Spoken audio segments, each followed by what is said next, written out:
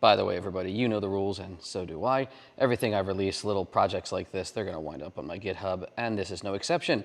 So let's say you have a conventional Schlage key. This is not one of our super bumps. You've already got one from us or somebody else, or who the heck cares? Maybe you made your own. But you're interested in having it be a super bump key. Well, there's two important things you need to do.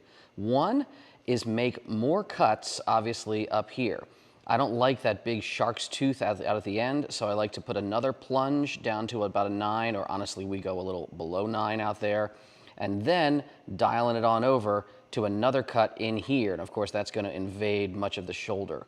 Once you've done that, underneath here, this part of the shoulder, the underside of this collar, that gets cut down a pretty healthy bit. You'll see what I'm showing you here of our duplicator footage. Basically, if you cut it back to this line or file it back to this line, you'll be just about there. Now, you could do that, of course, by hand filing. In my opinion, though, if you've got your 1200 machine, that's really kind of the way to rock it. So we're going to try to demonstrate that here with, fortunately, at this point, an unmodified shoulder, so I can still use my indexing stop. And then what are we going to do? Well, in each position, we need to drop this down to a little bit more than a 9. Let's do that first.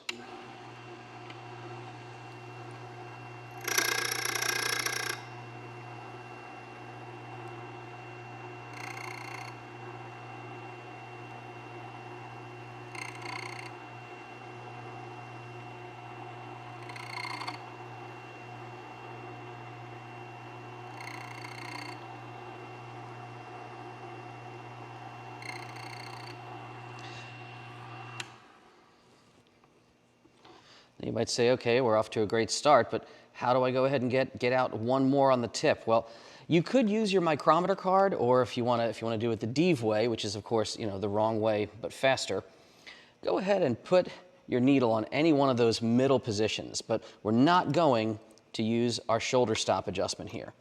What we're going to do is just dial our jaws up until the cutter wheel is nestled directly in this cut we've made right out at the tip. And just kind of lefty-righty, loosey-goosey. Okay, that seems pretty good to me. So now, if we want to have a position closer to the tip, just bring that out one more. That'll get us our tip cut.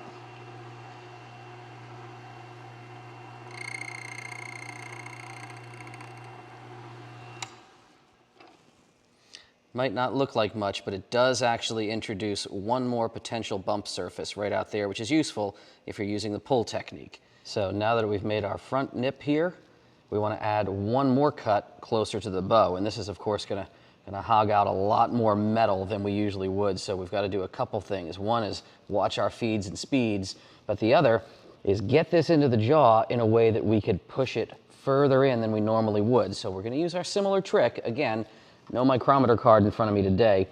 Let's just line this up. Now, you can't slide this over much beyond, the bottom lip.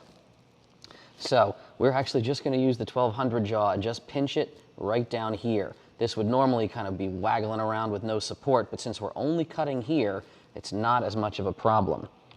Famous last words, right? So let's try to line this up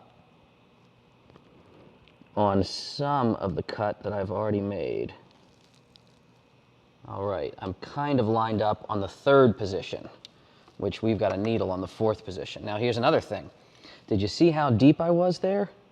You might say, wait a minute, that only went to barely a 4. Well, yeah, because this key isn't all the way in the jaw. This key is lifted out of the jaw. So when we cut down here, you're only gonna go to 4. Otherwise, I've seen people do something like this when they push it to 9 and they say, this bump key doesn't look too super. All right. So this is really position 2 on the key. This is really position 1 on the key. And now we're at position kind of 0. And remember, we're targeting 4. Slow is the name of the game.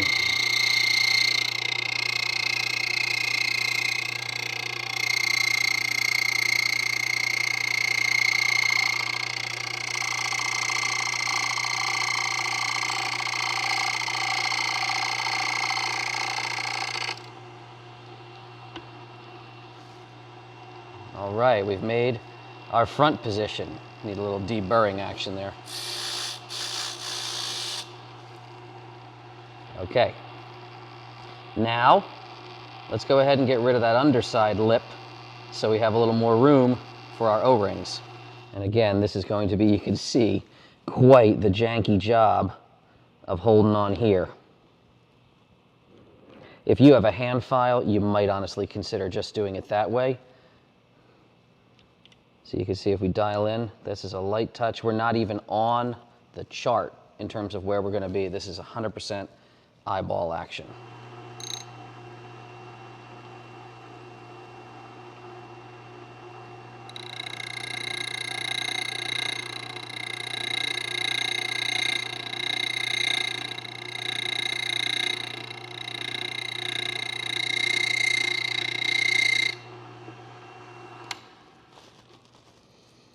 Now that is feasible. In theory, that is feasible. Again, you want to make sure you do a really good job of deburring.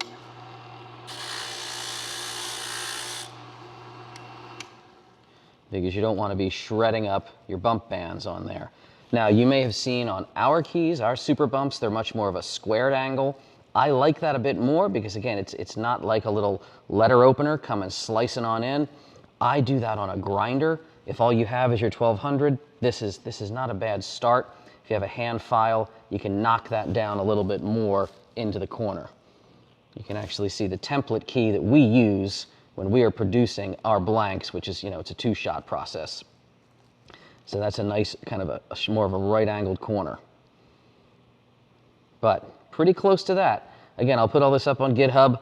Everything is, Creative Commons, open source. You want to make these for your own purposes, not for profit or whatever, share alike, non-commercial. Have at it, because information wants to be free. Okay? Cool, cool. Stay safe out there.